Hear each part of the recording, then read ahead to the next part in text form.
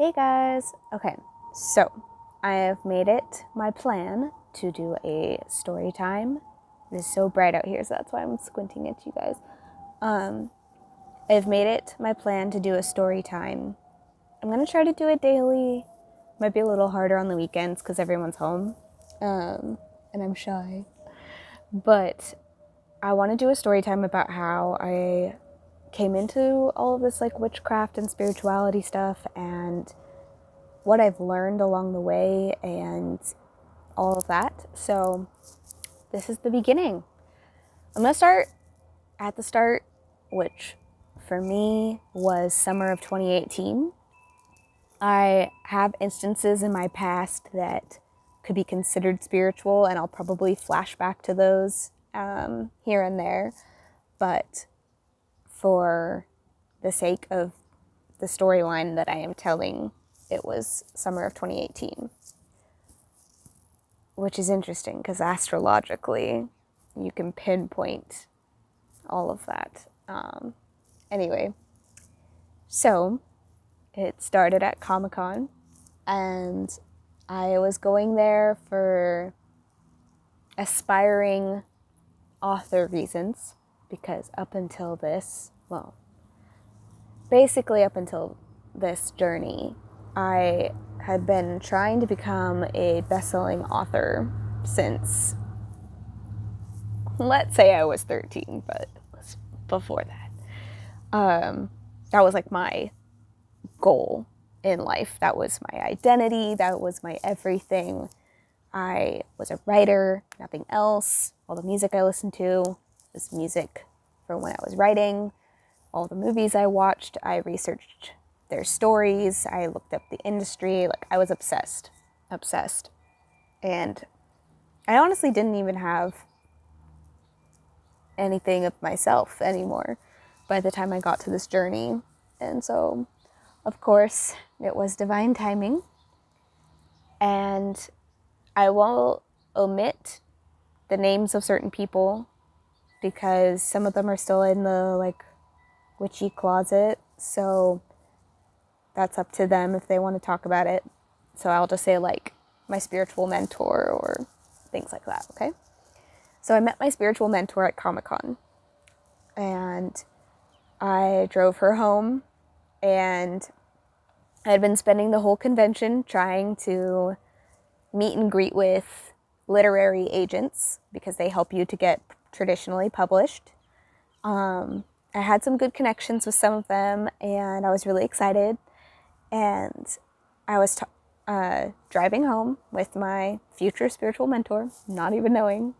And it was a long drive, so we were talking about everything. And we started talking about spirituality, of course. And for me, I'm the kind of person, I'm always been an open book, even with strangers or new friends. Like, I love getting to know people inside and out. And no topic is not safe, because there are topics that are like, yikes. But I feel less uncomfortable than other people do when it comes to talking about things like religion and whatnot. So I wasn't surprised that we talked about spirituality at some point. But what was surprising was that she opened up to me about being pagan and being basically a witch, using tarot cards and stuff. And I had mentioned how I had been wanting to learn more about tarot because of a book I was writing. Even though, like, deep down I'm like, that would be so cool if they were real. Oh my god, predicting the future. Like, I was so excited. Like, I was like, please tell me this is real. Because I hadn't yet to meet a person who straight up was like, yeah, I read tarot and it's all correct and etc. And I have been craving magic my whole life, which makes sense now, but like up until this point, it just felt like a need to escape, you know? Like, but anyway, so I was so excited, but also deep down terrified because I didn't want to be disappointed, you know? I didn't want to find out that my dream was about to come true, that magic was real, and then find out just afterward that I got my hopes up for no reason. So I went into this very skeptical and trying to be open-minded on the surface, but deep down really scared. And I feel like nobody really talks about that in the witch community. We talk about it like it's duh, of course it's real, whatever. And I'm like, no, not duh. I was agnostic. I didn't believe in any religions. I was nearing atheism, but something kept tugging at me, saying that there was more to life than just humans. Like, it felt closed-minded to say that it was just us and just science. So I was like, this big wide universe has got to have more. We end up a month later meeting up at House of Intuition, the OG store, which is a lot of witches like go-to store in Silver Lake. And I basically just ended up with like a witch kit. I had intention spell candles, I had my first deck of tarot cards, I had crystals, I had a incense and sage kit. Like, I was stocked. But it was so exciting, and I remember that first night she did Reiki on me, and she had these like little, I don't know, like moldavite or something, like little black rocky lava looking crystals. I don't think it was lava rock, I think it was something else. And she like went over each chakra point and like helped me cleanse them. And honestly, I think that was the first moment that I was like, oh shit, this is real. Because I remember walking out of the bathroom afterward and having this strange epiphany that my mentor was lonely. And I felt it viscerally. And I was like, that's weird.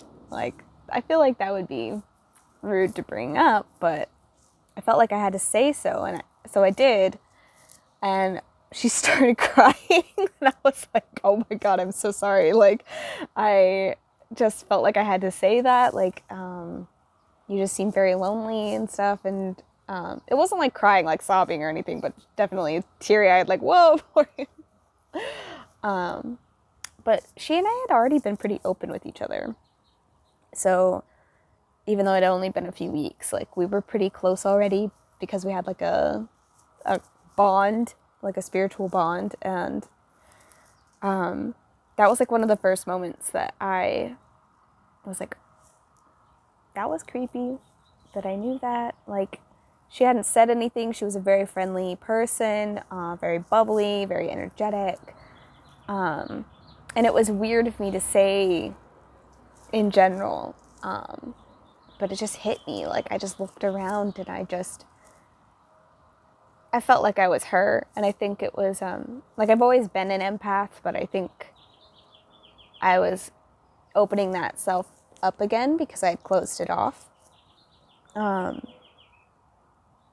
Yeah, so that was like one of the first moments. And then the other moment was my very first, well, I did a tarot reading before this. I had been doing tarot reading for a week before this. And my very first tarot reading was so accurate that it like freaked me out. And it wasn't anything like predictive. It was just like, you're this kind of person and this is what you want and this is what you've been going for. And like, and I was just like, like, this deck of cards is reading my mind. Who told them that they could do that? And but I was also very fucking excited. Like, I was so excited. I had been wanting this all my life, for magic to be real, for there to be something outside of normalcy. And it was magic. It was a deck of cards and a bunch of beautiful crystals and feeling more myself than I ever had in a long time. But that took a while. First things first was I did an was it Success? No, I did a road opener intention candle from House of Intuition, because she kept telling me to do the block clearing one, and the obstacle remover, because there was a friend of mine that I was really annoyed with, because she and I were going after the same agent, and it was dumb, petty stuff. But I felt weird about it. I was like, I don't know, I don't think of her as like an obstacle. I don't want it to seem like that. I want it to be not competitive. I want it to be both of us are successful with the people that we're supposed to be with. So I did road opener instead. And I did it with the intention that this Twitter competition that I was entering would help align me with the agent I was supposed to end up with, or to at least give me enough attention that I was getting what are called full requests, which basically means that they actually want to read your whole book instead of just a piece of it. Sorry, the publishing industry is confusing, so apologies about that. But I ended up being like the third most sought out Twitter posts in this contest of like hundreds of authors. And I had never been successful in these, and I'd been doing it for years. And all of a sudden I just did one little intention candle spell and set in alignment with what I want. Who would have thought? And it was weird because that happened. I had all these accurate tarot reading cards. I had my spiritual mentor constantly giving me examples, and I was still skeptical. Like I was still stubborn. I still didn't want to get my hopes up. I was scared, and I even I kept it not hidden but like secret for a while, and like I would tell some people but not everybody, because I wasn't ashamed of it. I was scared. I was afraid that I would be disappointed and get my heart broken, that this beautiful thing would enter my life and change my life and leave me because it wasn't real. And obviously since then, I have evidence up the wazoo that it is. And I even still have moments where maybe not that I don't believe in my spirituality, but that when I ask for things, I'm afraid that they won't happen, which we will get to on my story times. So this was the end of story number 1. I'll try to post this weekend as well. And especially during the week, because I get off work around noon, and I feel like sharing with you guys. I feel like you guys need to hear what I went through, for both good and bad, so that you guys don't feel alone. For all of you who are new to it, or all of you who are already on the path, I feel like we need to open up about what this whole journey is really about, instead of just sharing bits and pieces, because everyone could be doing this. It's not for only certain people. So anyway, until next time, and if you are already on the path or you're curious about it, I am still open to doing natal chart and tarot reading sessions. Just DM me and we will set up an appointment, or set up you getting a report emailed to you. But yes, so until next time, I hope you guys have a lovely Friday, Saturday, Sunday, rest of your life, and that things are going well and that you're staying healthy.